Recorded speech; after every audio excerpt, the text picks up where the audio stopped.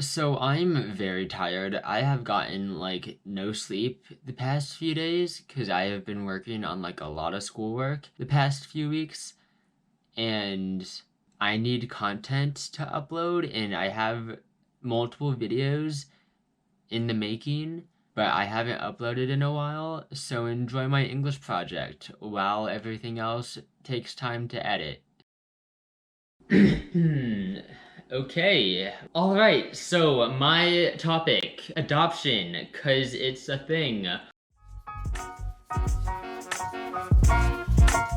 Well, in truth, I really just saw the topic on Gail's big list of controversial topics, and I was like, well, that kind of pertains to me because if I want kids, it'd be difficult for me to have biological ones because, well, yeah. So, also, let me emphasize the phrasing if I want kids again because I mean, children are a hassle. I will say, as I did research this topic, I found myself to quite enjoy it and relate to it, and it connects to other topics that I found that I could have enjoyed much more to research, like privilege and society. On a night not too long ago, me and my family went to a new restaurant to try out, and I was talking with my parents about the future and kids. My parents were kind of endorsing a more typical American life in that me and my sister should have kids at a young age and what you would envision in a typical life.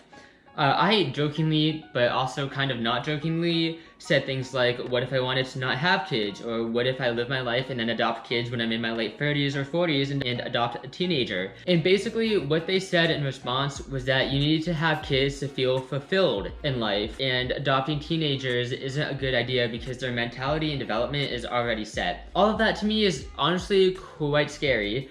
I haven't the slightest clue what I want my life to be like, and it's pressuring knowing that I have all of these expectations on me, and there are so many more people that feel pressured by their parents and society, whether it's to perform well academically or to live their life in a certain way.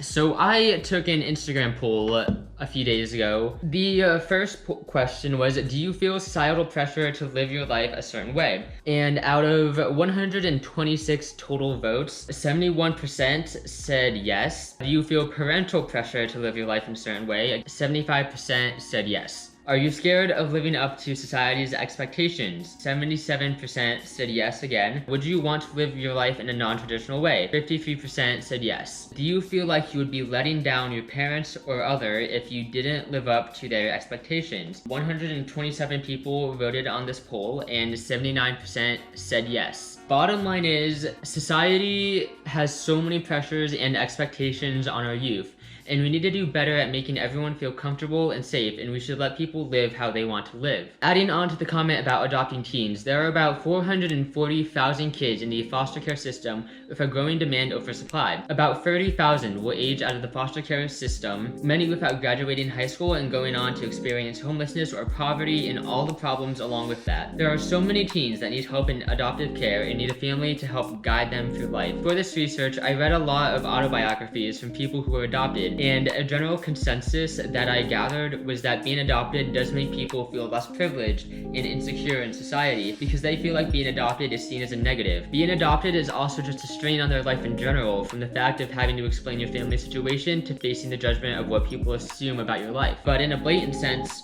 privilege. There are so many different factors that go into privilege and types of privilege, down to race, gender, location, income, sexual orientation, physical/mental ability, and your identity as a whole. Living here in the middle of Ohio, especially in our school district, many of us have a great deal of privilege. That being said, even still in our own society, there are many different levels of privilege due to the way we treat labels and identities and how people live their own lives. A perspective from John Rabel, an adoptee, in his article, Transracial Adoption is Both a Blessing and a Curse for Adoptees, shows how his status as an adoptee has affected his life in terms of privilege. While adoption does materially improve the lives of many individual children, at the same time, adoption burdens adoptees for life with enormous psychological challenges and emotional hurdles that must be continually renegotiated at different stages of the lifespan. Not a day goes by when I am not keenly aware of my second-class status as an adoptee. Our society has so many different labels and identities, and we shouldn't treat people differently based upon those identities. The best thing we can do is be respectful to all the people we meet and to not treat people as different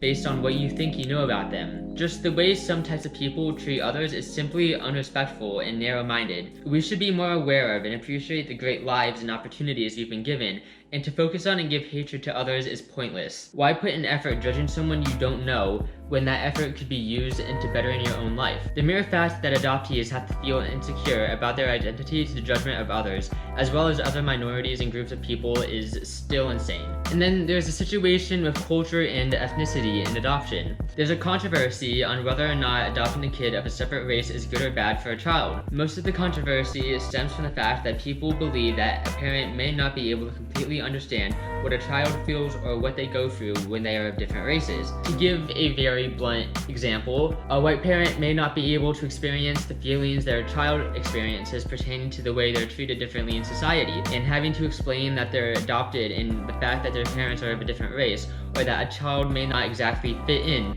with other kids that they identify similarly with but don't exactly relate to because their families have a different culture and lifestyle. This ties into the previous ideas that as a society we judge others too much, because if we had a more open society and racism and discrimination wasn't a problem, then we wouldn't need to worry that parents won't be able to understand what their kids go through. All that being said, that doesn't mean a transracial family can't have an amazing life. At Lindsay.Waller on Instagram is a white mother of a black child, and in a post on September 6th of 2019, she has an amazingly captioned photo saying, "I will never stop educating myself on what it means to be a black man in America, and I will never stop teaching my boys about the pride they should have in their skins and their stories." Waller just does a phenomenal job at showing the awareness she has in her situation, and that we have potential to be in an amazing, diverse society. Earlier, I did go on a little bit about how adopted kids of a separate race from their parents may not fit in with other kids they identify with because of possible different family lifestyles. And I'm not saying that people have to stick with only other people that they identify with, but in our current society, it is quite apparent that oftentimes people feel more comfortable around other people they identify similarly with. Waller's caption continues, "If you're white, diversify your friendships. If you're black, diversify your friendships." And she talks about how as adults, we need to acknowledge and represent others. As a society, it's just good to diversify ourselves. Our society is far from perfect. There are so many big problems, but we can only promote a better society by diversifying ourselves and promoting a more open and healthier relationship with the people around us. As someone who has had perhaps a more difficult time growing up due to societal pressures, I can only say that we should work more towards an equal society where the children of the next generations can be happy living as who they are. We're only here on Earth for so long. Why waste that time tiring ourselves, unsensibly conflicting with others?